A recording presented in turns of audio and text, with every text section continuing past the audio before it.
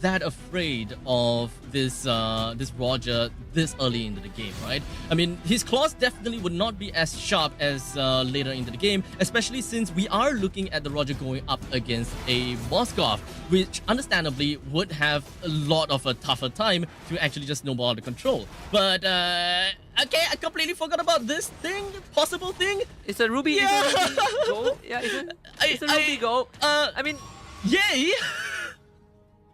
yeah, I mean, what the Ruby goal.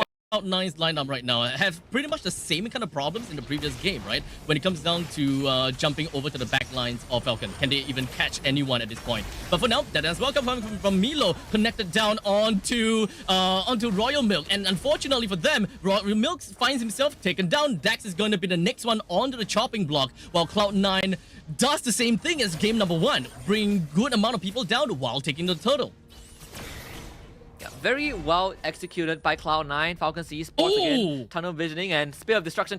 And I don't see a way for Falcons Esports to contest. No, not at all. I think that contesting this is going to be a death wish, and especially since they are not getting control of their own jungle as well. As you can see, the Spear of Destruction connects down onto Florian, brings him down preemptively. PX7 hides himself right under the nose of the turret, and he's going to be safe and sound while unleashing his feathered airstrike. Cloud9, they readies themselves for the turtle, albeit with Coldwell having only half HP. He should still be dominating enough to eventually jump right in if he really needs to. Yeah, this Grok is a big problem.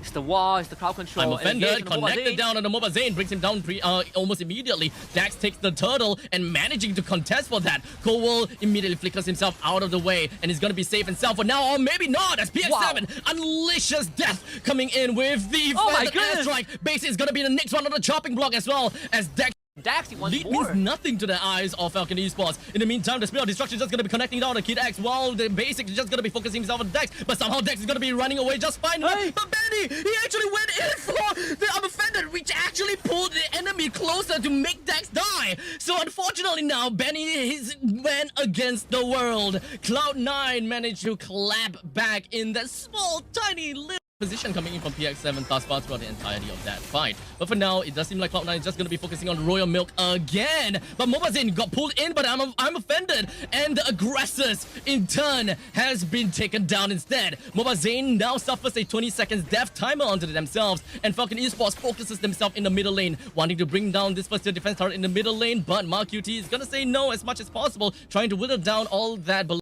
Wrong, and with PX7 down, Cloud9 would definitely get this floor. I don't see how Falcons can contest this. They don't have a floor out. But at the same time, Cloud9's draft has a lot more cloud control compared to game 1.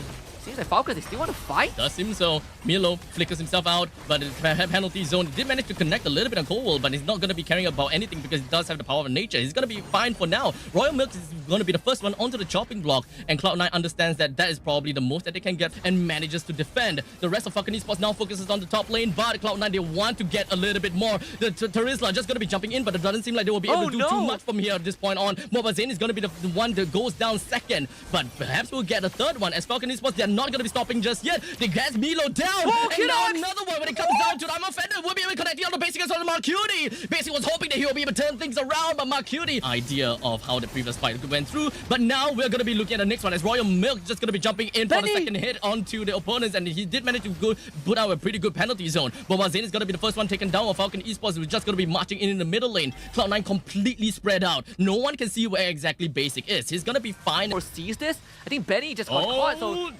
Yep, go down. Quick little terrify. MarQT brings him down. The Lord, 75 HP. Dax still managed to get it in his pocket in the end of the day. But they want more. They want blood. And they're swimming in the waters. As MarQT is just going to be going for the IMU, taking away the ultimate of Dax. He's just going to be focusing down onto him as much as possible. Then as Welcome just going to be connected. But in the meantime, the front lines, we do have Coldwell as well as Basic. They are focusing onto Royal Milk. But Basic's HP is not looking good. He immediately jumped himself backwards, and he's going to be fine for now. The penalty zone connects on the Royal Milk. He's just going to be stuck in there. And he's probably gonna go down, and the immortality popped. Cloud9, they're marching in. They will be able to take this core down if Royal Milk is not gonna clear things down. But where's the damage? They're unable to clear the core down. No damage. All alone to try to bring this core down, and he's probably gonna go down today. Milk takes his first stand in the front lines. He's going to be holding on to the Lord for a tad little bit. But there's the flicker as well. That as well coming in from Milo, just going to be connecting down. But oh, the heals coming in from KidX ensures that Dex will be able to stay alive for a little while longer. But it doesn't seem like they will be able to do too much. Basic!